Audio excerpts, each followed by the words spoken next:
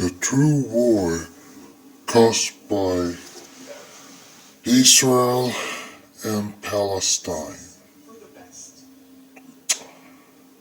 War. It's a word we hear too often.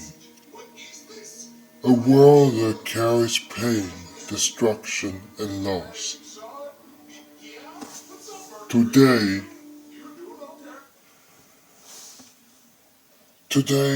I am not here to take sides. I am here to talk about the real cost of the war. The lives lost, the people suffering, and the cycle that keeps repeating.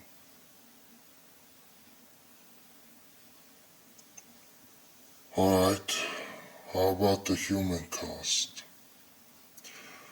Recently, an Israeli woman, Shiri Bibes or Bibes, I don't know how they pronounce her name exactly, along with her two young sons, very young in this case, were killed in Hamas captivity. On the other side, Palestinian civilians, women, children, and men are dying in airstrikes and military raids. This isn't just about numbers. There are real people, real families, who will never see their loves once again. Okay. Who profits from war? This war isn't just about lands or history, it's also about money.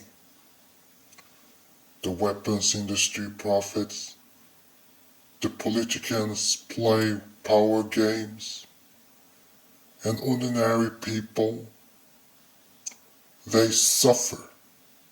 While we argue over who is right, who in power keep fueling the conflict.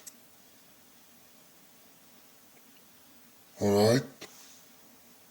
What about the stereotype of war? There is this idea that men never quit war, that they are both to fight, but that's a stereotype. War doesn't just affect soldiers. It affects women, children, and an entire family who are caught in the crossfire from both sides, whether it is in Israel or Palestine. The media often focus on the fighters, but what about the ones just trying to survive? Perhaps in some medias you may see it for both sides. But what about those big medias? They never focus on that. Alright? So what could we do?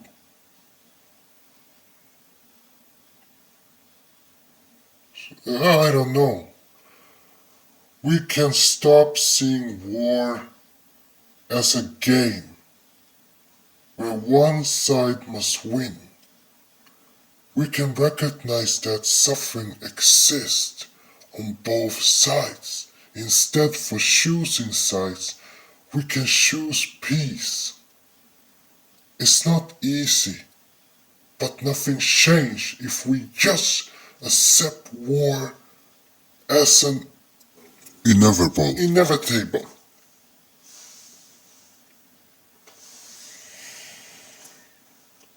And then lastly, I want to say, the cost of war is too high.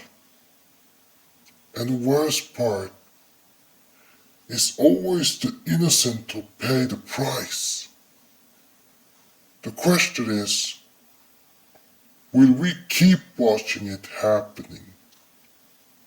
Or will we start questioning why it happens in the first place? Let's talk about it in the concept. No hate, just real conversations. In my opinion, I don't see any size, whether it is Israel or Palestine. They both are big. They both have a history, both in the past. But why on earth must they win?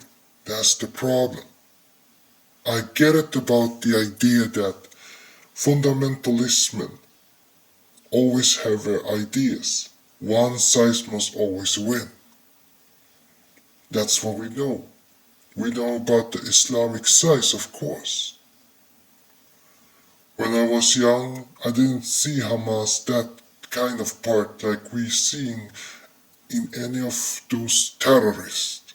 What I'm saying is, Hamas had never been a terrorist in my eyes when I was younger. Perhaps to say, the time when Yasser Arafat were in the power, it was more calm compared to many other governments who have been sitting there and allowing the Hamas to go like dogs in this case. I mean that they have been berserk, go too far without any good reason. I'm only sad that everything went too wrong after Yasser Arafat did step down from the power. But that's not the only thing. I mean, Hamas ideology, way to even think, the way they are doing. I thought they were the police force of Palestine, but I was wrong, very wrong. And then we had the IDF and Netanyahu in Israel.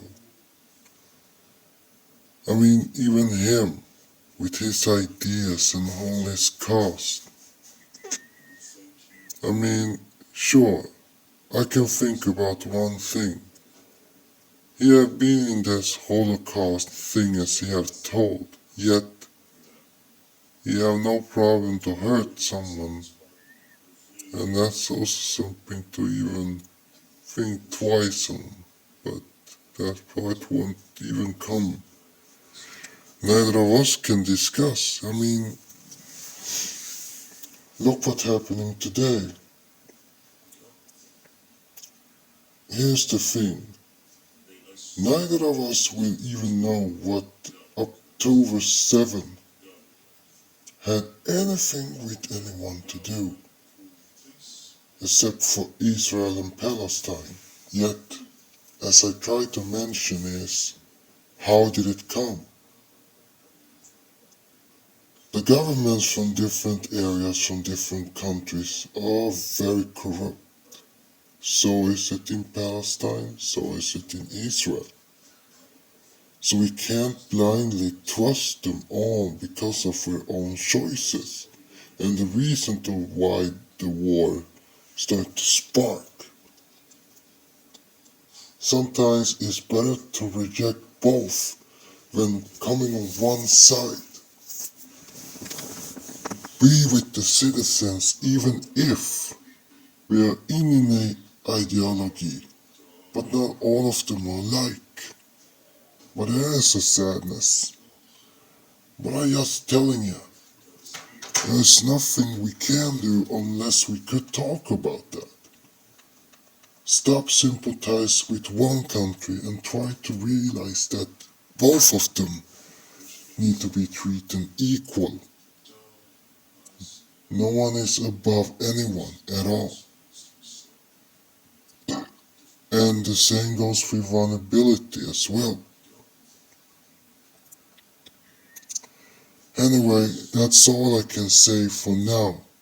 But I only want to hope that one day we could all change whatever is today. Whether it is, the only thing we should remember is to reject Netanyahu, Abbas, Hamas, and IDF. They don't deserve anything at all. So I hope anything will be fine one day. Okay, I wish you all good luck. Being devil out. Damn it. I'm second Shaitan, and I wish you good luck, everybody. Bye.